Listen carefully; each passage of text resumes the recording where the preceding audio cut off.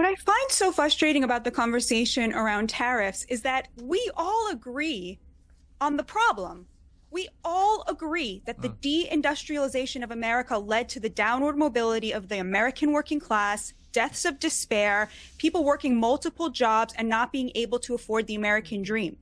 We all agree that it is deeply unfair for the American middle class to be bearing the burden of unfair tariffs from other countries.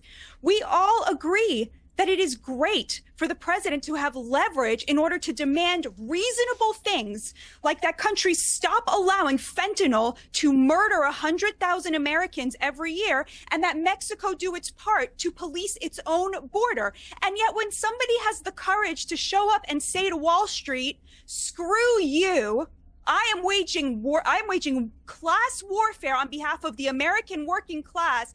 And you elites in Wall Street, you do what you need to do because I'm not going to stop fighting for the American working class. Suddenly, everybody is sitting around going, oh no, the stock market. Yeah, the stock market looks like that because the rich are punishing Trump for siding with the neglected and humiliated American working class over them. We have already seen these tariffs work, Piers. The number of people crossing the southern border is at zero.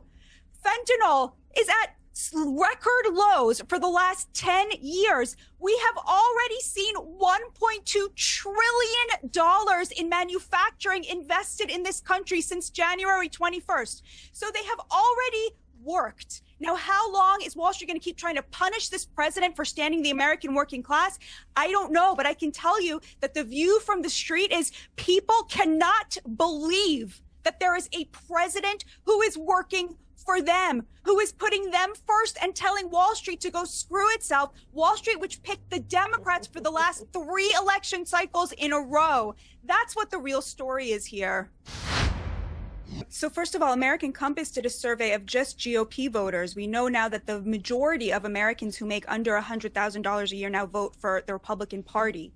So that was almost a means-tested poll. And they found that 77% of GOP voters, the working class, not the elites, said that when they were asked, they said they would be willing to pay higher prices if it meant bringing back manufacturing, because of course in their mind they are going to be the beneficiaries of those manufacturing jobs. About Canada, a lot of people are asking, why Canada? We love Canada. Canada are our friends. Why wage this, tariff war on Canada? And of course the answer is simple. Canada and Mexico are the back door to the American economy because we have this trade deal with them, the USMCA.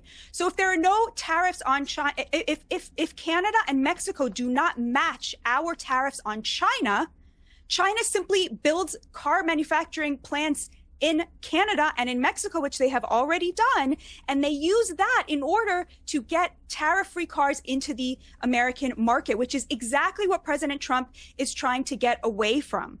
So what he wants from them is for them to close that back door. And I just want to emphasize again, back in the 70s, when the majority of the GDP in America was in the middle class, right? That's kind of like the golden era that we look back to of when the economy was really healthy and working class people felt that they could afford a middle class life.